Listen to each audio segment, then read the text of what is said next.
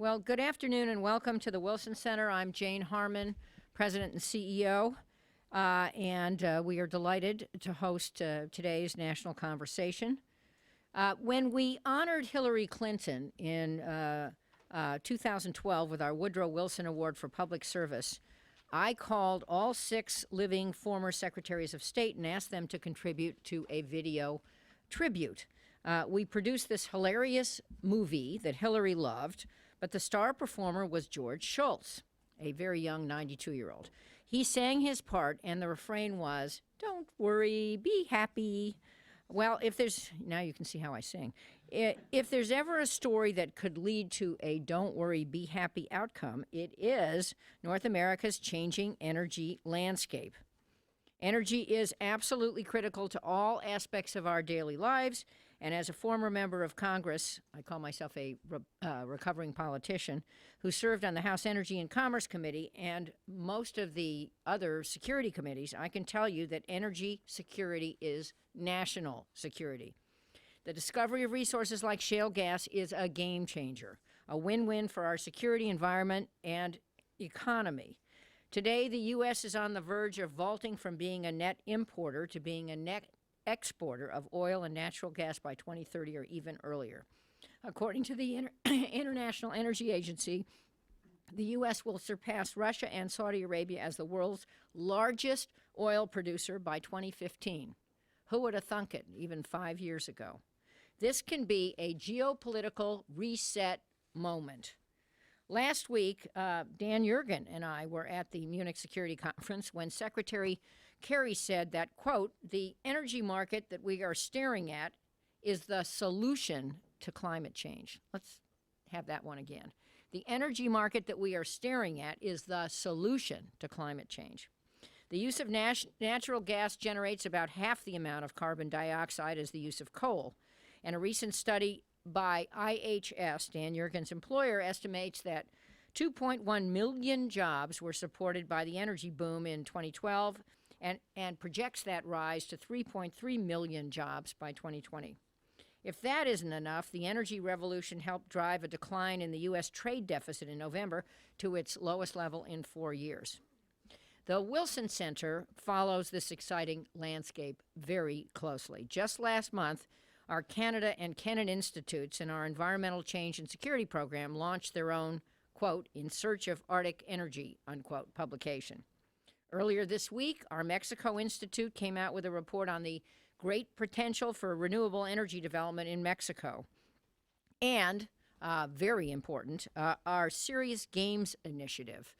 Yes, we have a Serious Games Initiative as part of our science and technology program, a kind of program that most of our competitors don't have. In fact, none of our competitors has it, is working on an energy game and hopes to release it in 2014. The challenge we all face is how to have an informed national conversation about our energy future when only 1 in 10 Americans can pass a basic quiz on energy topics. And I doubt my former colleagues in Congress could do much better. A way forward is sitting on the desktops and in the pockets of over 210 million Americans. Video games. For 4 years, we have run the national budget game called Budget Hero, which has been played over 1.7 million times.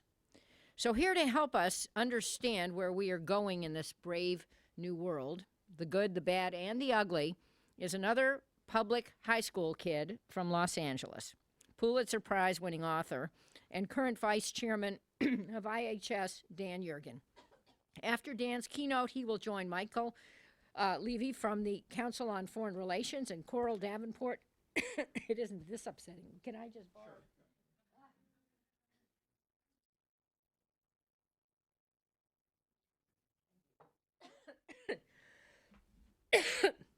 The New York Times energy and environmental correspondent for an all-star panel.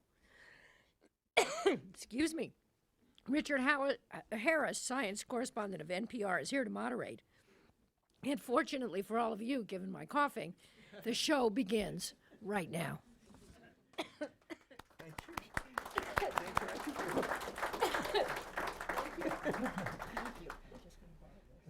you. Help yourself. I think Jane made clear what an important change this is, and in fact, enough that she got so choked up over it. So, but glad that that class. Yeah, thank you. I'm very happy to be here. I was here again a few months ago, and to speak under the joint auspices of the Wilson Center and NPR. This is a great conversation series, and I'm glad to be able to contribute a few sentences to it. I am very glad to be introduced by Jane. I had the privilege of hearing her last week at the Munich Security Conference speak very eloquently and wisely about all those issues around the NSA and security, and so I'm very happy to be back here again. And I think with this panel, with Coral, Michael, and Richard, we'll have a very good discussion. So I'm here to set a little bit of a scene. And to start, in 2008, people started to hear this thing about shale gas. Most people had not ever heard of it before. If it had any name before 2008, it was uneconomic gas because it could never be produced commercially. Then around 2010, 2011, people started talking about tight oil, which was the sort of oil correlative of shale gas. But I think it's fair to say where we are today that it really has added up to, and one uses that word revolution advisedly, an unconventional revolution in oil and gas. To just give you the example, a couple of the changes, the U.S. Imported 60% of its oil in 2005. Today it imports, the latest numbers, about 33% of its oil, in fact, so imports virtually cut in half. And even more dramatic is the increase in U.S. oil production. Some might remember back in 2008, peak oil, we were going to run out of oil. U.S. oil production, I checked this morning on the way over, is now up 62% since 2008. The increase alone in U.S. oil production is greater than the total output of each of 9 out of 13 members of the OPEC countries. So what Jane sketched out, just that, and very briefly, was capturing some of the major changes that flow from this. Obviously, there was a period of a lot of environmental debate. I think a lot of it has been answered. It started really with the Deutsch Commission advising the Secretary of Energy about 3 years ago. We're seeing a lot of innovation in this area, including on the issues of water that are involved with it.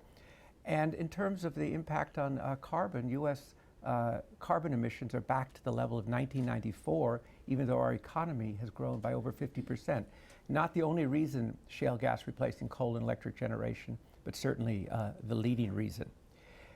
I think as this has evolved, it has become clear that it is also not only a major energy development, but a major economic development. And again, Jane referred to it, those numbers about employment, over 2 million jobs. The household disposable income increased by $1,200 because of lower energy costs. Government revenues, an additional $74 billion last year. So big impacts there as well. And the president, in a State of the Union address, alluded to $100 billion of new investment that's going into the industrial sector in the United States as a result of inexpensive natural gas. I think you could make the argument that this is the biggest, most positive development in the U.S. economy since 2008, this whole development. And the other side of that $100 billion is that the United States is now seen as much more competitive in the world economy. And you see it in Europe, where just 2 weeks ago, the German economics minister, a member of the Social Democratic Party, warned of a dramatic deindustrialization of Germany because of its lack of competitiveness against the U.S. and how this investment is going to come to the U.S. And people talk about a manufacturing renaissance in the United States. This is a very important element in it. So the economic effects are still unfolding. One that I think is noteworthy, that this has also raised incomes in areas of our country that were quite depressed, which were getting depopulated, where young people were leaving, and now there's a kind of new lease on life. We do have to think about how the map of production has changed. If you'd said a few years ago that North Dakota was going to be the second largest oil producing state in the country, this would have seemed fanciful, but of course that's what's happened. The other question then is, and Jane alluded to this, the geopolitical effects. I think it's quite fair and quite accurate to say that it's highly unlikely that Iran would be at the negotiating table today were it not for this unconventional revolution in the United States. Adding 3 million barrels, over 3.1 million barrels a day, meant that the sanctions that were applied on Iranian oil could work. I remember, and I think Michael will remember some of the discussions when they were being launched. The question, could they possibly work? Would the oil market get too tight? Would prices shoot up? And I think that was the Iranian assumption. And then it turned out that with this additional supply coming into the market, it gave a kind of flexibility in terms of that objective. A second impact was 5 years ago, the U.S. was going to be an importer of LNG, liquefied natural gas. A lot of facilities built around the world to service the U.S. Turned out the U.S. didn't need the gas, but another country did need the gas and desperately needed that gas on March 11th, 2011, and that was Japan, which has met its energy needs largely with the shutdown of its nuclear power with LNG that would have been much more competitive to be able to access it.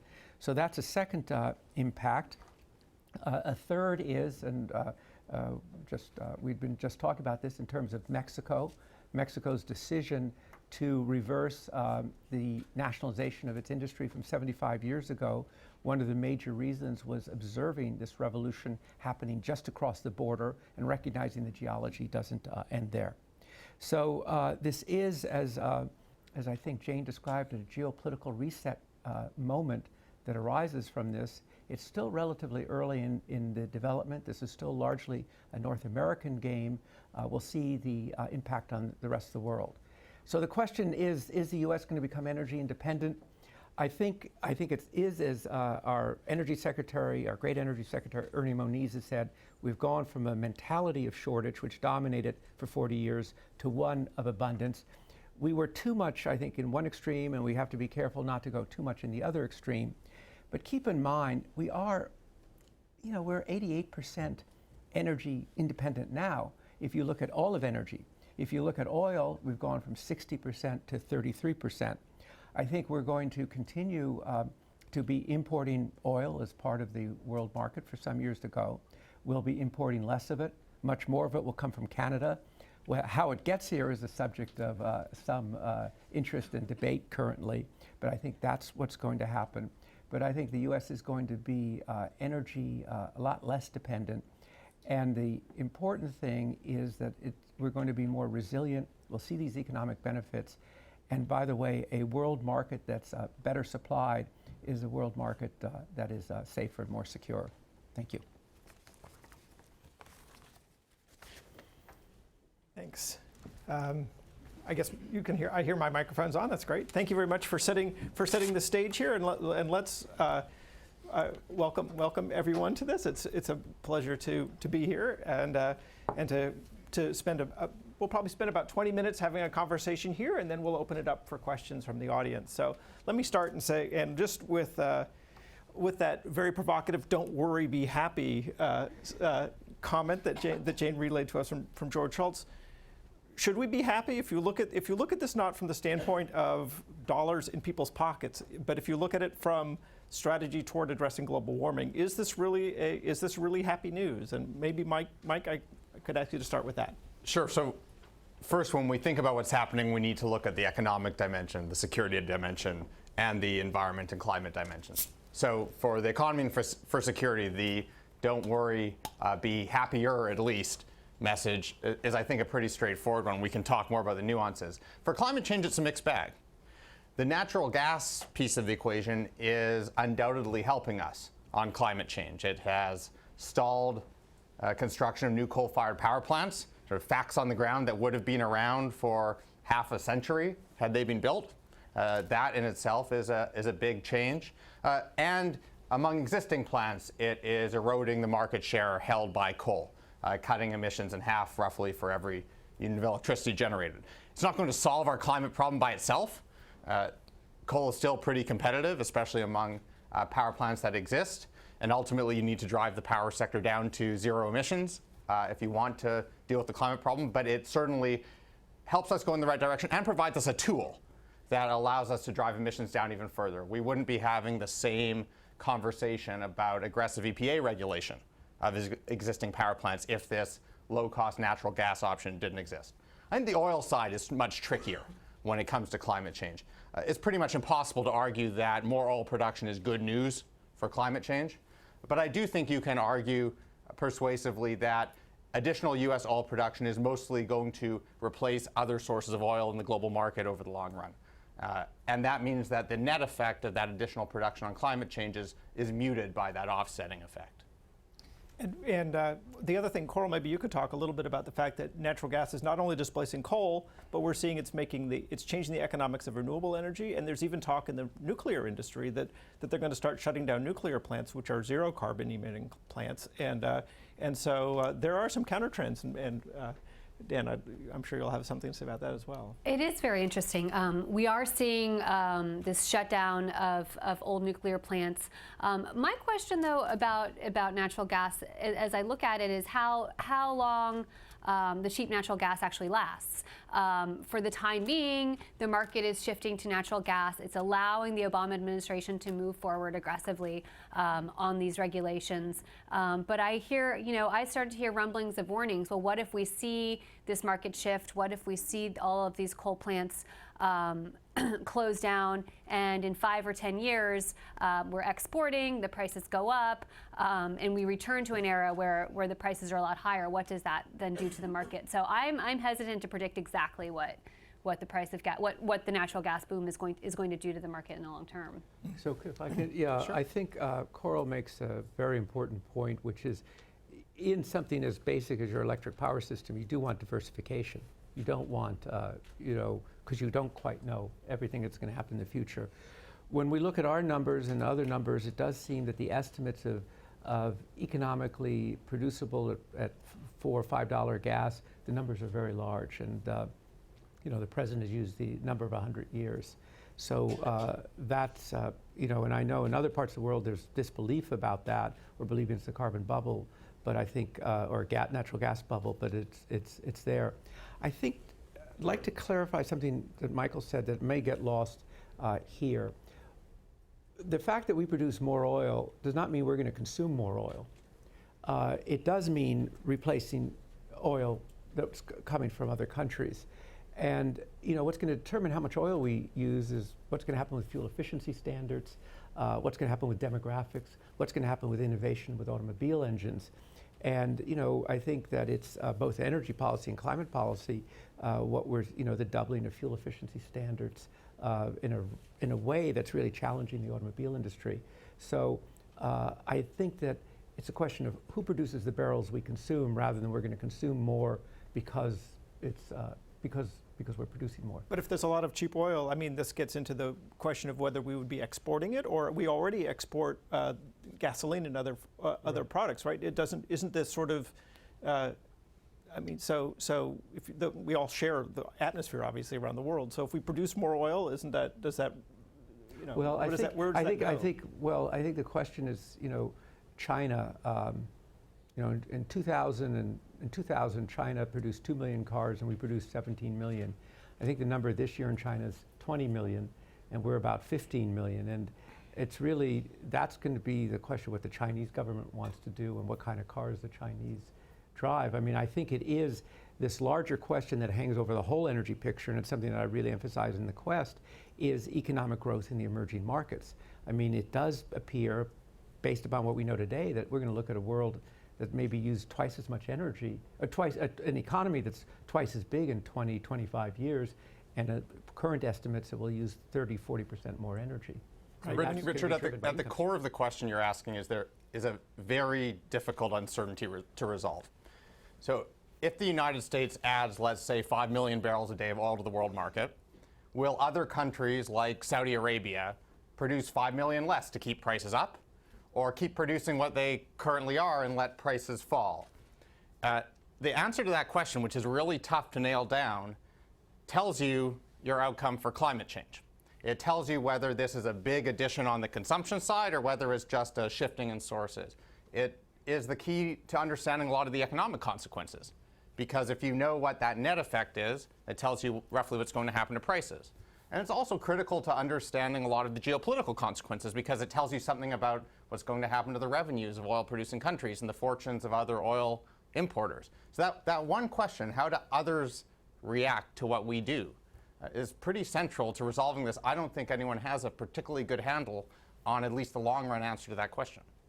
And if it is a truly global market for energy, then what does it really mean to talk about energy independence if the prices are set on a global market? I mean, does that really resonate? Does it really mean anything to be energy independent if we're still stuck with these global prices? Well, that's a really key point, because we may be physically importing less oil and much more of it's just from Canada and maybe Mexico.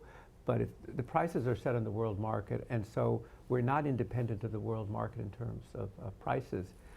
It's also worth noting, of course, going back to your previous thing, natural gas prices in the United States are inexpensive. Oil prices, with Brent around 104, 105, wouldn't be considered cheap at this point. Right. So let me just step back, because we started to get into the details. I want to step back and notice that when we have conversations like this, they're either about energy or they're about climate. And obviously, it's hard to know how to blend those two together, because if you're looking down the road to trying to, as Michael says, you want to really basically reduce fossil fuel use or eliminate it by the end of the century, mid-century or something like that, you really have to think about strategies. And so is it a good thing when you're talking about expanding natural gas and oil development in this country and you're putting all that money in that infrastructure, isn't that sending you in a kind of an odd direction in terms of thinking, well, yeah, but in 20 or 30 years we want to be moving aggressively away from fossil fuels? I think it's interesting. I had a conversation last week with some folks at the White House, and I think that the president absolutely sees climate change as a legacy issue. He wants to take action on climate change. He sees the greenhouse gas regs as sort of the cornerstone of what he wants to do. He got lucky with the natural gas boom. It allows those regs. It's going to allow those regs to work. I think the thinking at the White House is we're going to do that, and then we're going to leave the next step for the next guy. We're going to focus completely on these regulations. The natural gas is going to allow us to put them in place. We'll be okay for the next several years. Someone else down the road is going to have to come up with the next bigger step. That seems to be the thinking. And so much of the technology is transforming as well. I think that there's a sense that there's got to be some kind of breakthrough technology in the next 10 years next 10 or 20 years that's going to change the picture, and we don't know what that's going to be. So a lot of question marks. Yeah, but does cheap natural gas sort of stymie that development of cheap technologies? Environmentalists would say yes. The Sierra Club, really interestingly, over the last year, came out strong, created a campaign. They had a Beyond Coal campaign, and then they changed. They added a Beyond Gas campaign, saying that you can't, if you rely on this natural gas, you're still going to get locked into a future of fossil fuels. So that debate is happening right now. Obama's climate change regs will get the administration to the pledge that it made in Copenhagen, to the emissions reductions, the 20% emissions cut by 2017. Or 17% emissions cuts by 2020. Yeah. It won't be enough to get the U.S. to the pledge that the Obama administration had made of an 80% cut in emissions by 2050. How we're going to get there, that's not known. What this administration is doing is not going to get it to that pledge, to what's needed. So, again, I think it's very murky after 5 or 6 years. So Richard, this intersection that you talked about is really critical. I wrote essentially a book on it that was published last year. I highly recommend that you buy it together with The Quest. Thank you, Michael. It makes an excellent pair of books. So the academic in me wishes I had a blackboard right now. I have a chart that I love that you can produce using the Energy Information Administration's annual energy outlook. This is produced by the sort of statistical and analytical piece of the Department of Energy. They do a whole range of projections and estimates of what might happen under different policies. And they look at two different adjustments to the world as we see it. In one, they ask what happens if we put a moderate price on carbon that rises steadily over time. and which is basically a proxy for serious climate policy. You can impose that price in different ways. And the other is what happens if we have a lot more oil and gas than we think we do. And then there's a third where they add both of those on. And what you'll find is so you get 4 cases, this base case, one with the carbon policy, one with a lot of oil and gas, and one with both. And you see 2 clusters of emissions lines come out, 2 that are pretty high and 2 that go down. What do the 2 that go down have in common? They are the 2 that have serious policy on the demand side of the equation, on targeting how people use fuels. The 2 at the top are the ones where we don't have that. The decision between whether we have a lot of oil and gas or a little oil and gas does not make nearly as big of a difference as the decision between the policies that we adopt. I think that figure really drives that home, and it's true. So if there's a serious risk from this oil and gas production to our ability to deliver on climate, it's because it might make us get lazy politically on that front. It might deter us politically. But as a matter of substance, it's not something that consigns us to a future of not being able to deal with climate. I mean, and you know, we do have a lot of climate change policies in place. People say we don't. Fuel efficiency standards are a climate change policy. Obviously, what's happening with coal is climate change policy. So, you know, a lot's unfolding, and clearly, and I think that's the point Michael's getting at, what we do in terms of efficiency, how we use whatever energy we're using is going to be very significant. The other thing is, we shouldn't just think the United States. I mean, you know, there's this country called China. There's this country called India. They're reducing their mix of coal in their electric generation, particularly China. But the absolute numbers look like they're going to go up very substantially. Right. So what do we do about that? I mean, obviously, you do need a large percentage of the world working together to deal with climate change. But I mean, does that absolve us from having to do anything if you just point to China? But Richard, we are doing a lot. I mean, to say we're not is not, you know, ask an automobile maker what it's like to go from 27 miles per gallon to 54 miles per gallon and sell it and get everybody in this audience and everybody watching it to want to buy that car. That's a pretty heroic thing to do. That's a big change in our energy economy. It is, but if you look out at the projections of where we will be in, say, 2035, when the oil companies or EIA or other people look at that, you still see a huge growth in use of fossil fuels and emissions and so on. So yes, of course, these are but not in the United States. Well, it's flat in the U.S., but it doesn't. It's not a declining number. It's not a particularly largely declining number. And so, I mean, it is a. And in terms of the automobile standards and so on, I mean, Bill Nordhaus, who's written a book about and thought very deeply about putting a price on carbon, which you recommended, points out that that's an extremely inefficient and expensive way to push things down. He much more favors a tax on carbon or a price on carbon. Most economists favor most economists do. There's a 92% actually. They surveyed them at the American Economic Association. We're in a weird territory, right? So we started off talking about the broader economy and broader security, and then we shifted to climate, and now we're saying, well, if the kinds of climate tools you use aren't the most economically efficient ones that are out there, maybe we're not doing a good enough job. If we're going to focus on climate in this part of the conversation, the question is, are you reducing emissions? And these are reducing emissions. Do the benefits of these measures exceed the costs? Yes, by a very large margin. And on top of that, I think it's important to understand what we're looking at when we look at 2035 projections. The current fuel economy standards run through 2025. So the job there is to continue pushing further. The power plant standards that we're all talking about don't exist yet. So they're not in the projections either. So it's sort of, it strikes me as premature to say we're not doing enough by looking at projections that don't include most of the things that we're doing. And we shouldn't lose sight of what Jane Harman set out at the beginning, that obviously climate is part of this discussion about this change, but it's also about what does it do, you know, in terms of the geopolitics of the world. Right, and I would like to turn to that. And for example, we spend a lot of military muscle, might, and money defending the Middle East, and it's a fairly small percentage of our oil these days. How does the boom that's happening in the U.S. change that equation, or does it? Michael, do you want to? You could hear from both of you. Well, it's interesting. I mean, it's still a global market. The demand from China is still going to be there.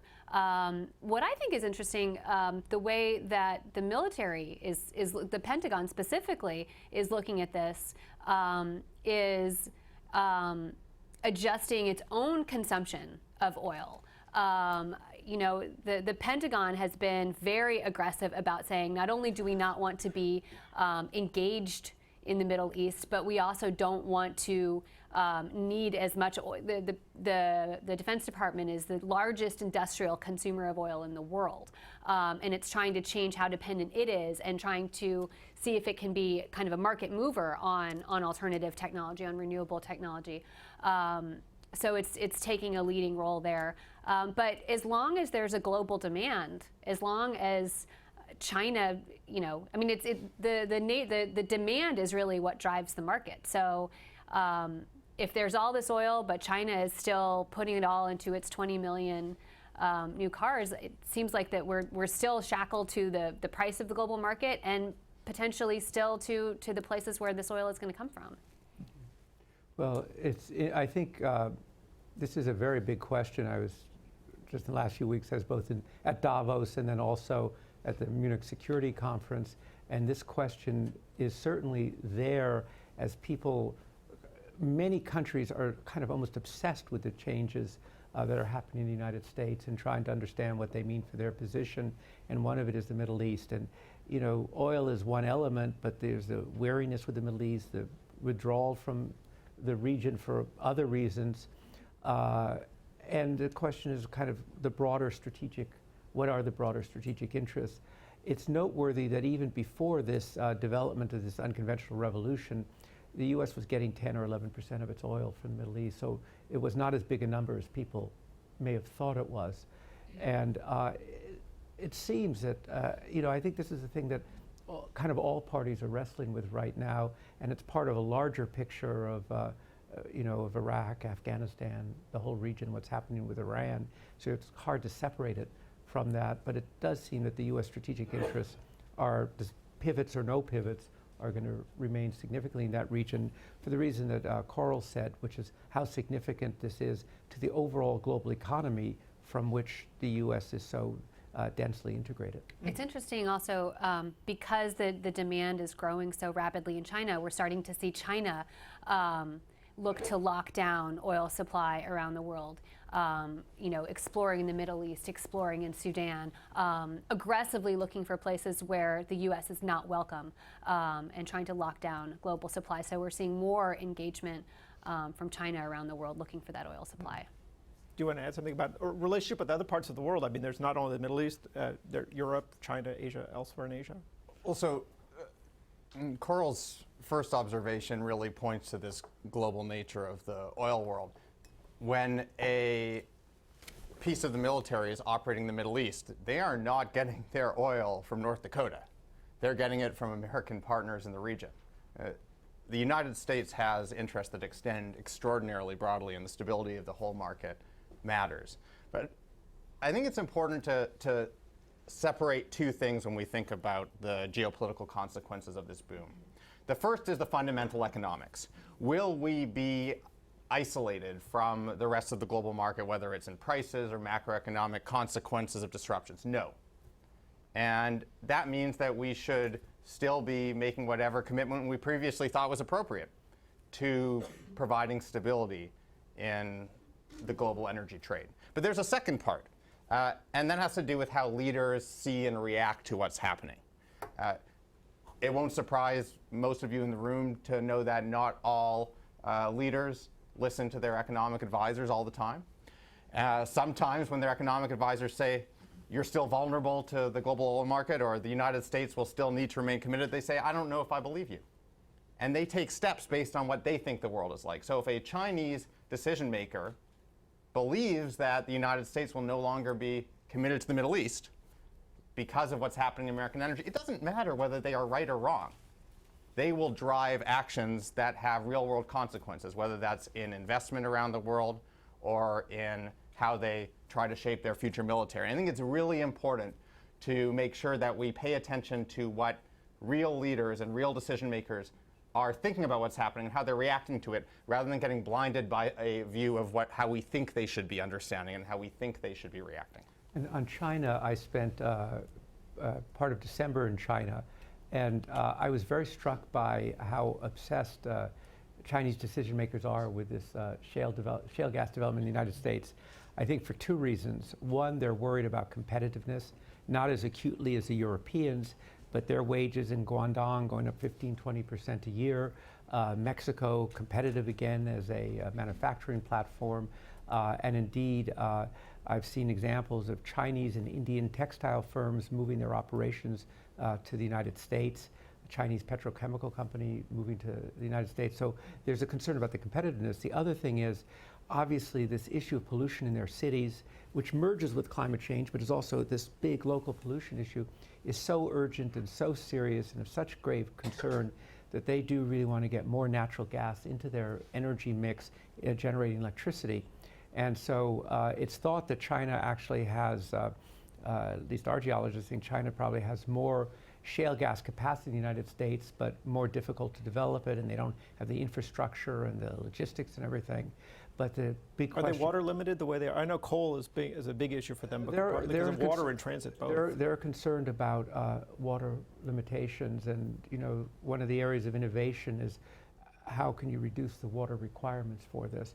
And even though the resources are in remote areas, even those remote areas, a lot of people live. So there's that issue too. Yeah.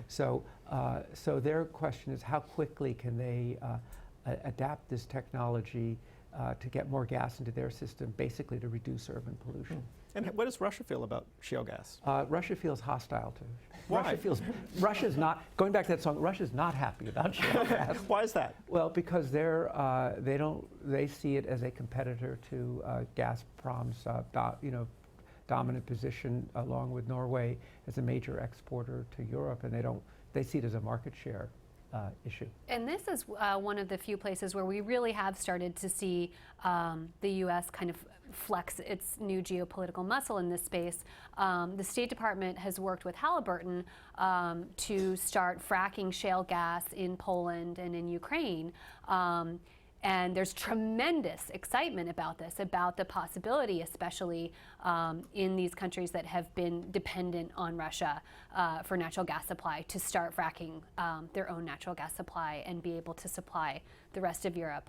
So that's one of sort of the first places that we're really seeing this happen. In the State Department, there's keen interest in seeing where else this can be done strategically. But as Dan pointed out, it's also turning out that the shale formations around the world are not as easily fracked as they are in the U.S.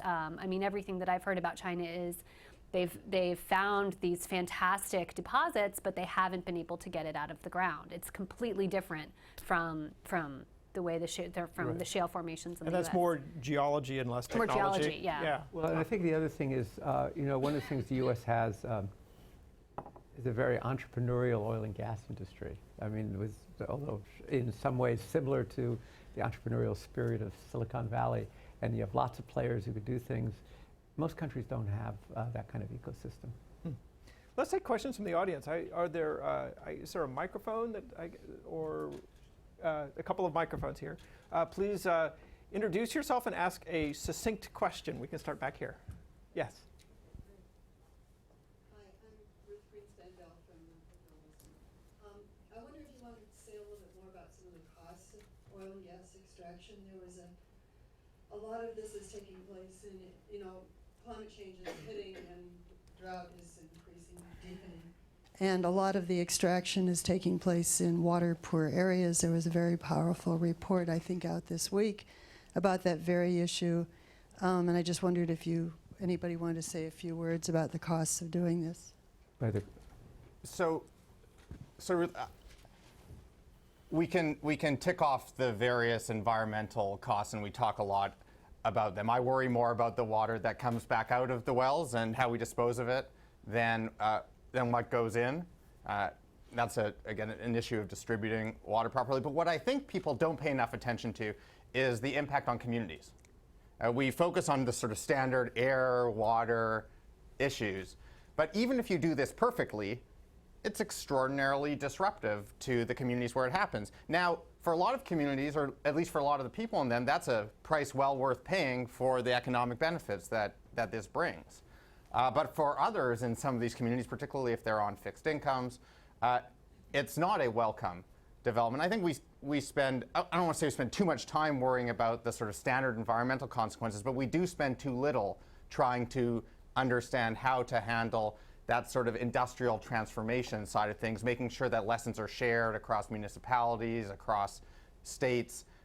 It's not something we traditionally think about in the energy space, at least at the national level, and it's something we should be thinking about more. And then one of the big, still unanswered questions about fracking, of course, is the question of methane emissions. You know, there's starting to be studies done, but it's still not conclusive how much methane, which is a much more powerful greenhouse gas than CO2, is released. So early studies show that fracking can be done safely without major methane releases. If it turns out that that's not the case, or if it turns out, especially, I think this is one of the concerns, if you start fracking globally, if you start fracking in countries that don't have good technology, don't have good regulations, if you're fracking natural gas and saying this is a great low carbon solution and a lot of methane, it turns out that it's been getting out the whole time, that's a huge problem, and it's another piece that still has a question mark. Yeah, I think that, I mean, you have to remember the methane, I mean, as you say, it is early days. It's only really now starting to be measured. It is an economic, you know, if you're in business, if you lose the methane or allow it to escape, you're actually, it's costing you money. I mean, that's, so there's an incentive, but I think we'll know more in the next year or so. On water, it's about 0.2% of our total water, but in some regions it's obviously quite concentrated. I think I mentioned very quickly, I think first we addressed this on this commission, the Secretary of Energy Advisory Board, the John Deutsch Commission headed. But I think that there's an awful lot of innovative work that's going into this. For instance, one thing is recycling water. Water used not to be recycled. Now it's, I think in Western Pennsylvania, it's 80, something in the order of 80%. Second thing is developing technologies where you use less water. So I just think there's a lot of work that's going in there to try and address, make sure that the environmental questions continue to get addressed as you go in the scale. Yeah, let's take a question from over here in the white sweater. David Rogers, independent historian. In all the discussion of the geopolitics of this issue, I have not heard mention Venezuela, which is a major oil producer and a major exporter to the United States. How will this revolution impact on Venezuela's oil industry and its exports? Well, Venezuela is a very, very sad story, and the decline of the Venezuelan oil industry has really been driven by events inside Venezuela so far. But Venezuela, the very specific issue actually, let's take that really controversial issue of the Keystone Pipeline, Keystone XL, and it's really a question of whether I mean, if it's not Canadian heavy crudes that are being refined, it's Venezuelan heavy crudes that will be refined that have about the same carbon footprint. So, you know, that's not not on this shale gas tight oil thing, but they will be very much affected by how this North American energy revolution continues. Let me maybe pick up briefly on this. It seems to me that if the U.S. oil boom drives oil prices down substantially, that will hurt Venezuela a lot. And if it doesn't, there won't be much of an impact. So it's the impact on price rather than trade patterns that probably dominates. You hear a lot of people say things like, we'll have a lot more leverage over Venezuela or freedom of action with Venezuela if we import a lot less oil from it. I think if you want to come to that conclusion, you have to be able to come up with at least one scenario where you would, and at least one tool you would use that you wouldn't otherwise have used because of that change. I find it difficult to come up with that. If I look at the last 10 years, I find it difficult to think of the situation where we would have adopted a fundamentally different approach to Venezuela had we not been importing their oil. More questions on this side of the room again? Kevin Finneran at the National Academy of Sciences. Dan, you started out by talking about how 5 years ago nobody would have taken us seriously if we described what is happening today. But I wonder how much this changes our thought about 5 years hence. I mean, taking this technology and applying it in other places, but also continuing developments in technology that it seems to me could continue to upend oil markets, supplies, and so on.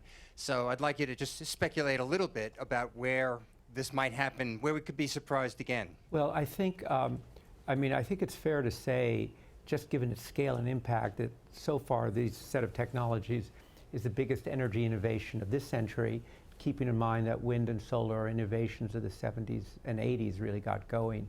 But I would hasten to add that the biggest innovation so far, for exactly the reason you say, that there's so much effort all along the energy spectrum in terms of innovation, focus, students.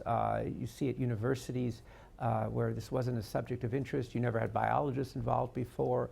Question of electricity storage. I mean, there are a whole host of things that, there's going to be, is it going to be 5 years, 10 years, 15 years? There are going to be other breakthroughs that could be on the same magnitude, and that may indeed come as surprises, as they usually do.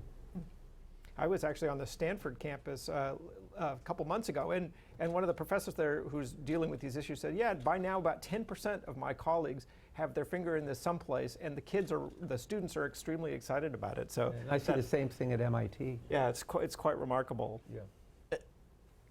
And while we're looking for these innovations from other parts of the energy landscape, I think it's also important to continue to look for innovations in the space we've been talking about. In particular, when you see oil and gas prices so far apart, you should be looking for innovative activity around ways to bring natural gas into applications that oil currently dominates. I think you could see things happen in that area that would be pretty consequential. You're talking about transportation or something else? Transportation is the big one, because that's where oil dominates right now. But you could also imagine innovations that allow us to transport natural gas around the world more cheaply, or bring it into people's homes more cheaply. Over here. I'm Helen Raphael. I taught environmental science at Sichuan University in China for 2 years, a dozen years ago. And what I foresee is that global warming is going to continue at maybe a slower pace, but it is going to continue and ruin our planet for a while. So isn't carbon capture and storage a terribly important development that should be made much, much more effective and cheaper? Oh, CCS. She sighed. Yeah, I mean, I think the federal government has now spent close to $10 billion on CCS research. They started doing CCS research during the Bush administration, and there's yet to be, they haven't been able to make it commercially available. It's not affordable. And part of the question with that is carbon capture is the technology is there, especially for carbon capture. One of the big questions is sequestration. What do you do with it? Where do you put it? How much does that cost? What are the dangers involved? Right now, I was talking with the folks at ARPA-E at the Energy Department, which does this cutting edge breakthrough technology research, and they said, carbon capture is not even viewed as one of their top hopes for breakthrough technology, because there's so many other options in technology that look more promising, and there's so many questions about, can this really be financially feasible? So certainly that's going to be the savior of the coal industry. If we're going to have coal burning around the world in the 21st century, the only way you can do it without cooking the planet is with carbon capture and affordable carbon capture and sequestration. But there's not a lot of optimism right now that we're going to see this be affordable and widespread. Yeah, in the quest, I had some numbers about what the scale would be to really do this, not in limited projects, but on scale. I don't remember in my head, but the thing you would have to create a whole new industry. We hear the term big oil. You'd have to create a new industry called big carbon. And it would be like the whole oil industry and gas industry and coal industry in reverse. And that just the scale is and the cost right now. So it's, people working on it, but it's, it's far from something that would have a big impact. Down here. Hi, my name is Erin Tochek. I'm a graduate student at Georgetown University. I'm working on my thesis right now on the obstacles for shale development in Russia. And when we So have what's the topic? obstacles for shale development in Russia, For gas or oil or tight oil. tight oil? So my question is, when we have this conversation about the shale revolution in the U.S., I think it's easy to fall into the trap of conflating oil and gas. So I was wondering if you could maybe decouple these and discuss the environmental and the economical impacts of each separately, as well as the global and domestic impacts. Well, that's pretty well right. How far are you in your thesis? Well, just to take a small part of that, it's the Bazhenov Shale, as you know, which is this huge shale formation in Russia. And you're just starting to see companies, people starting to really kind of apply the technology. The advantage they have in terms of developing it in West Siberia is that, of course, you have an infrastructure there and you have pipelines and everything like that.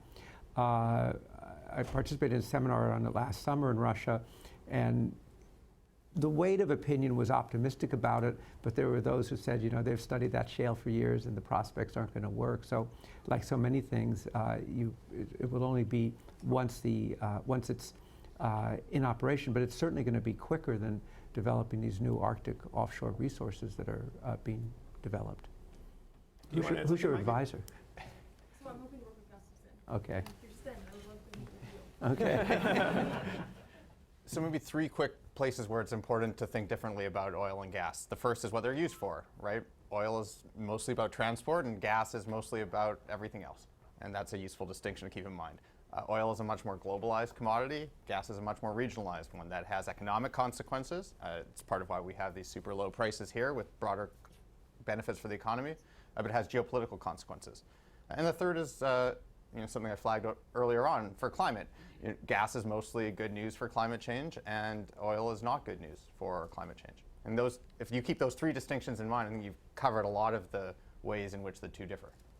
I guess the other thing that interests me is that that certainly when gas is so cheap, it's the oil that they find, that's so-called wet gas, right? The oil that they find that makes it much more economical for them to go after this. Because I mean, I presume that these companies that were drilling for gas when it was $2 or whatever were betting that the price was going to go up because they probably weren't making money. Or they were experiencing great pain. Yes. Yeah. They had leases that they were going to lose unless they drilled.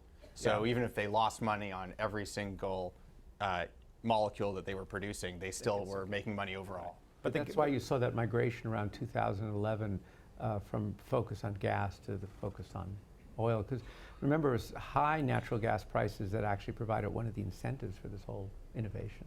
Right. So how much gas do we still just burn off in the course of drilling for oil? It used to be this stranded gas that would just get burned or not used at all. Is that well, I think we like in North Dakota, because their infrastructure is trying to catch up with the development, that there's gas flaring, but the percentages is going down. And I mean, it's not like some countries, Nigeria and others, have a high carbon footprint because they flare so much gas. More questions over here. Yes, I'm Dr. Sam Hancock of Emerald Planet and Emerald Planet TV. We started 41 years ago looking at energy independence for the United States during the first Arab oil embargo, and now we're coming all the way around to discussing it today.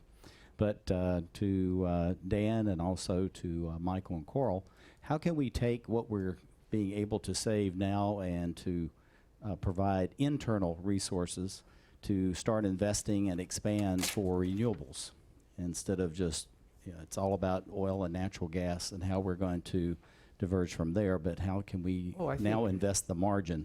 And so I just want to see your opinions for that. I think it's not like should we are. I mean, and when you have a requirement like the state of California that 33% of your electricity is going to come from renewables, and you can't include large hydro in the Northwest, that's a pretty big incentive, and I think a lot of funding has gone into it. I think you've seen private, venture capital found out that this was not the same as investing in social media or information technology, and they backed out of it, but still a lot of funding's going into it. Well, and it's not just California. I think it's more than half the states now have state renewable portfolio standards. So it's these state-level policies that are starting to do pretty well. And what's interesting too about the state renewable portfolio standards is, you see them in a lot of red states. You see them in states like Kansas and states like Texas, where you have Republican governors. But it's turned out that it's worked well. It's benefited the economy. And I think when you start to see in some of these states, the price of the renewable electricity get low enough that you have grid parity, it drives the market. That's when you'll see. I mean, the market has to drive it, and these state policies are helping push it along. But that's when we'll start to see, I think, these turns in some of these states. So one of my favorite little policy ideas is something that is being called the Energy Security Trust. And the idea would be to expand access to oil and gas production and earmark some of the royalties to support for innovation and alternative technologies. It seems like a no-brainer. It helps on both sides. It creates some political common interest among the parties that tend to fight with each other. But the reception when the president put out a variation on this last year was really, really disheartening. From the environmental community that had been talking about the need to invest in these alternatives, the response was, if this is going to involve an extra drop of oil or gas production, we're not interested. And from the crowd that's been saying that more oil and gas production is the most transformative thing that we could do for our economy, a lot of the response was, but not if you spend $100 million a year of it on investment in alternatives. Again, there are people who are more sensible and see the benefits in both houses, but the size of the community is basically saying, we're not interested anymore in the thing we've been pushing for if someone else also benefits, was really disturbing. I think that, wind, I think, has reached a scale where you really can't call it anymore an alternative energy. I think, wind is another way of generating electricity that's part of the system, and is obviously had a lot of growth.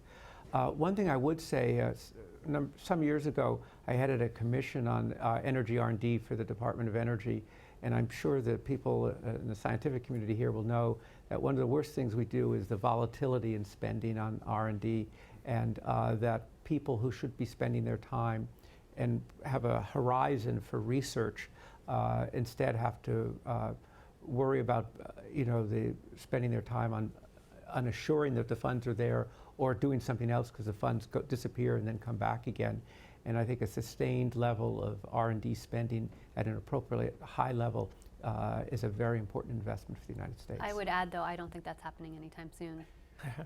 And you think it's going to be squashed? Even wind and even these alternative energies, the renewable portfolio standards, I think, are working because of the federal tax credits and so on. And when we saw the wind tax credit disappear for a year, last year was the worst year for wind in a decade because the federal subsidy was gone, and now it'll be booming again for next year or two because there's a temporary reprieve. And so it's not just R&D, although obviously that needs a really long-term time horizon also. But we're still not quite at. I mean, people say we're close to parity, but when you see the federal money going away, you know that you still have a ways to go. Yeah, I mean, grid parity has many different definitions. Right. Doesn't mean it costs exactly the same. Let's take in the back of the room here in the red. Very simply, does this harken the end Can to you identify biomass as an energy source?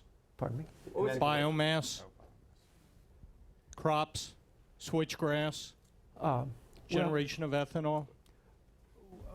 Well, I think that, if we go circa 2007, the Holy Grail was second generation biofuels.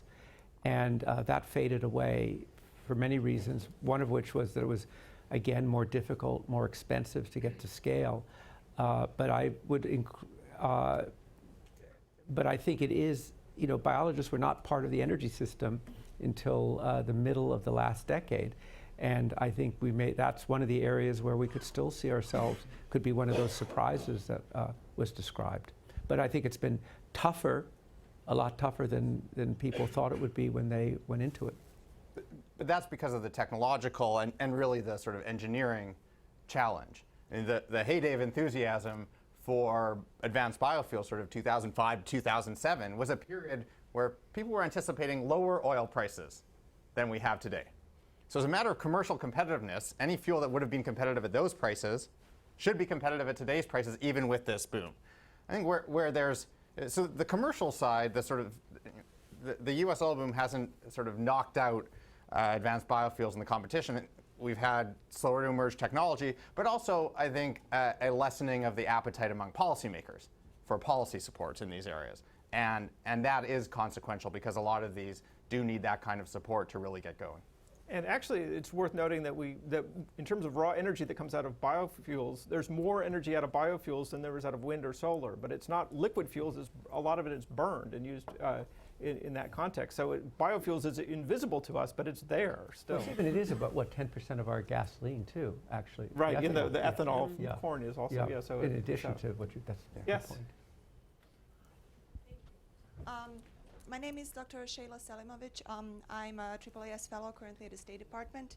I had a couple of comments. One of them is that I haven't actually heard about water, as in the energy-water nexus. I think water is extremely important. Just one example, how much water is constantly used for shale gas extraction. And of course, now we're aware of the drought in California, et cetera. So it is becoming a problem, and I'm convinced that in the probably rather near future, wars will be fought over water, and perhaps to the same extent as over oil right now. The other comment I had is that in general, the energy discussion seems to focus on the economy, perhaps a little bit on the sidelines around climate, but nobody really seems to be talking a lot about just maybe using less energy. The energy efficiency regulations obviously are a good start, but in general, just trying to actually educate the community, the citizenry, I don't really see that happening. Yes. Can we take those two thoughts and Sure. respond to them? Thank you very much. So what about energy conservation? I mean, we talked a little bit about that in the context of fuel efficiency standards and so on. But I have a couple of chapters in this book about it, and I call it the fifth energy source. And I think it's really the first. I mean, the U.S. today is more than twice as energy efficient as it was during those famous days of the oil crises. That's a big, it's actually quite a significant advance. Now, obviously, high prices tend to drive efficiency. On the water, I just say, I think, as I said, I think the total number is 0.2% of our water is used for shale gas. As Ruth's question indicated, it's concentrated in some regions. I think on drought, I think you also have to look at policies that have to do with water use in general that tie into it. But by the way, there is no shale gas development in California at this point.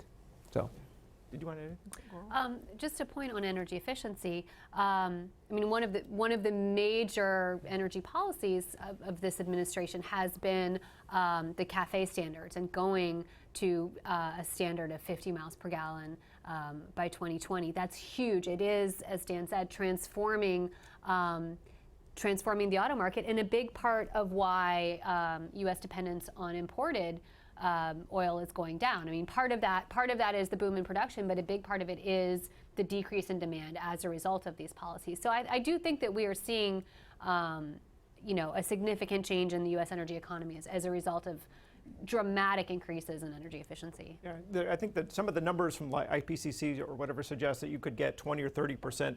I think those may be somewhat exaggerated, but or unrealized. Let's put it that way. But there's a lot of possibility, right? Yeah. I was hoping that Dan would tell us about the water wars between Los Angeles and the Central Valley that are going to emerge in the next few years. I think we're actually learning an enormous amount about energy efficiency now. This is a really exciting time in energy efficiency. This access to massive amounts of data and huge computing capacity is allowing us to gain much better understanding of how people make their decisions in how to consume energy. And that's in turn leading to commercial opportunities where companies are figuring out ways to make money by helping people use less energy. I mean, it's striking. You look at some of the failures coming out of Silicon Valley with people who didn't understand they had to be patient and needed a lot of capital and so on. But then you see Nest, the sort of interactive thermostat, get bought by Google for what, it was $3.6 or $3.2 billion a few weeks ago. That was a 20 times multiple on what investors were paying to get in 8 months earlier. I mean, so there's some big things happening in the efficiency space, not just on the policy side. I think we have time for one last question, maybe up in the front, in the middle here. I guess this David Biet from the Wilson Center. I guess this is probably an appropriate last question because I want to return to the title of the program, Energy Independence.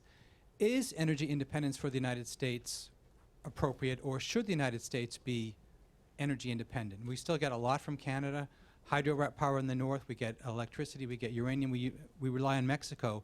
Will we, should we ever be technically independent? No. I mean, it's a global market. The U.S. doesn't produce as much as it consumes.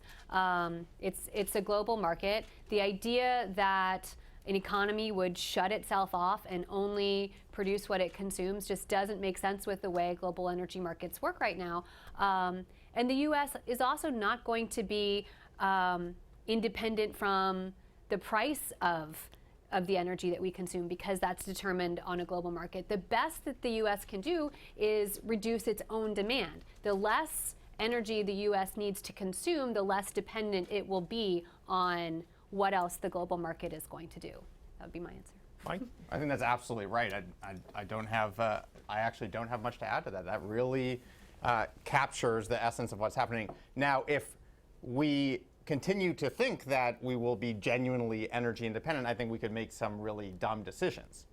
I think we've started to, down the road, I worry that we will lay off on that conservation side of the equation because we think independence is taking care of our problems. I think in the shorter run, we're doing we're flirting with some interesting things when it comes to the global regime for trade in energy. Because we're interdependent, we have benefited a lot from an open, flexible regime for trade in energy.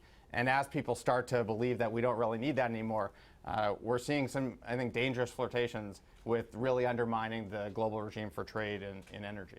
So Dan, I'll give you the last word. Well, I think that Coral and Michael have summarized it. I think that really we should be thinking about energy security, energy resilience, and we are more secure, we are more resilient, but it is a global market. We sell a lot, we buy a lot. These are commodities. We want to see these commodities depoliticized because that's a better thing.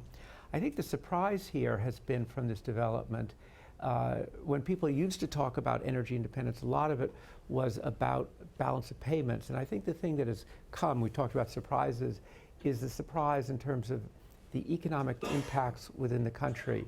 A lot of people who didn't have jobs now have jobs. People who are unemployed are now employed. And I think that wasn't foreseen, that these supply chains would be very long. And so one aspect of this being more resilient is just that it contributes to a healthier economy at a time when our economy's gone through some very rough times. All right. And with that, thank you all for your attention. Let's give everyone a nice hand.